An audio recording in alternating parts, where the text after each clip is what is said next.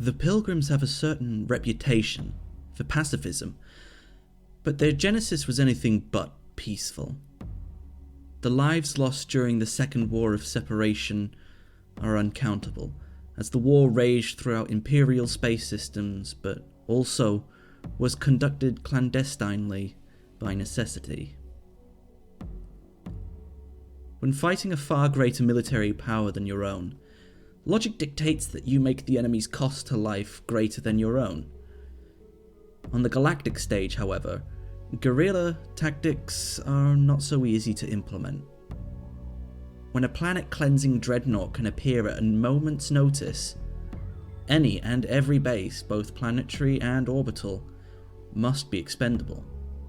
Helpful, then, that the Pilgrims had both endless relics to empower them, and the ability to make friends of the Sophons who would enable the construction and launching of their nomadic arcs.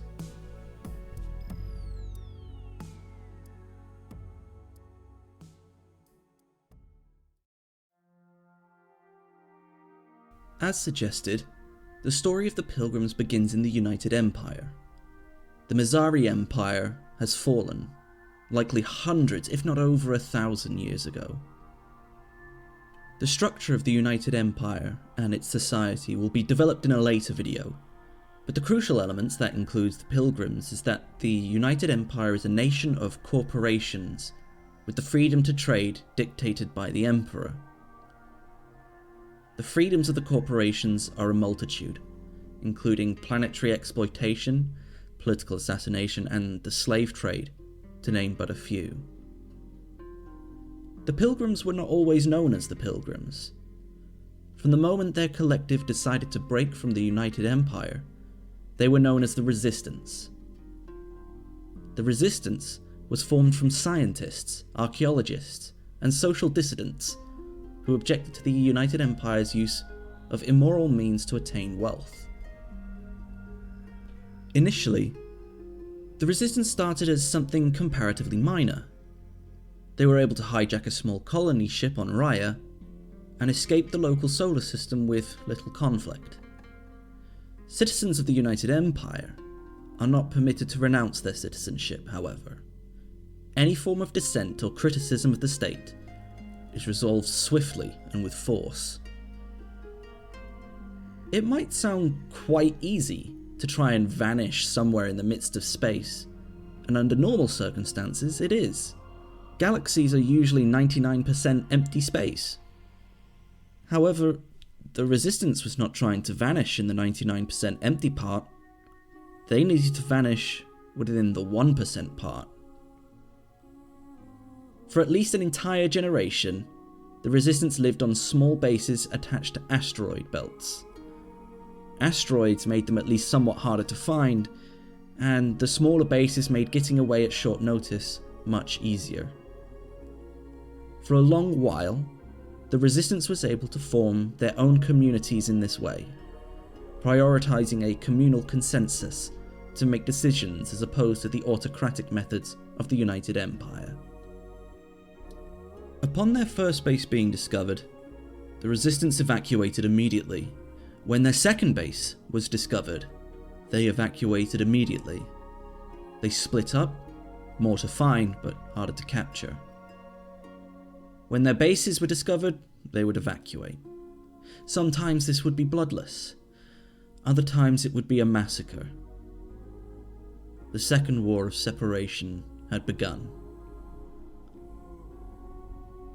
During the war, many Resistance members would rise through their society as superlative leaders and renowned generals. None, however, would accrue as much fame and infamy as Diona Kriv. Whilst the war raged, a group of Resistance members were investigating a curious section of a distant Kuiper belt. Within this ocean of comets and asteroids, the Resistance uncovered a temple with an architectural design that they had not yet encountered before. Not only was it completely alien to them when contrasted with non-human architectural design, but it had technology bordering on magical.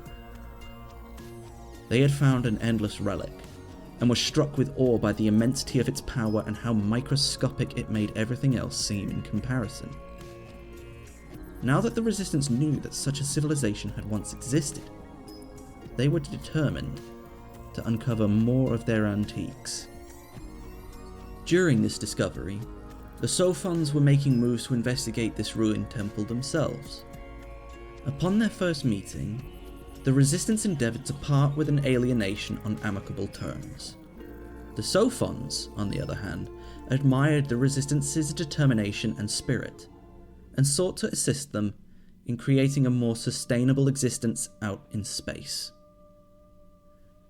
It was under the leadership of Pt.3, and with the combined efforts of Resistance engineers and the Sophon scientists, that they began to construct the very first fleet errant.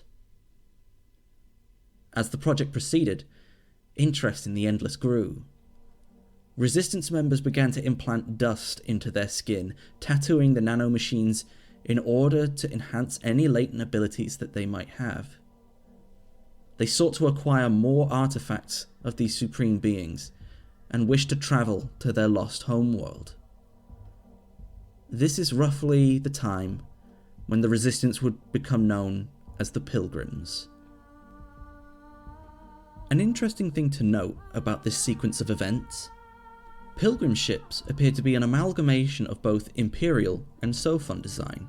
Of course, the Pilgrims originally would make use of stolen or commandeered Imperial ships, and you can see little details of these designs underneath the typical sloped and curved hulls of Sophon design. I think it's a neat touch. 53 years after seceding from the Empire, Pt.3 led the Pilgrim nation off of the asteroid they had found the Endless artifacts, and into space on their pilgrimage to find Tor. The Pilgrims have a somewhat misplaced reputation for being pacifists.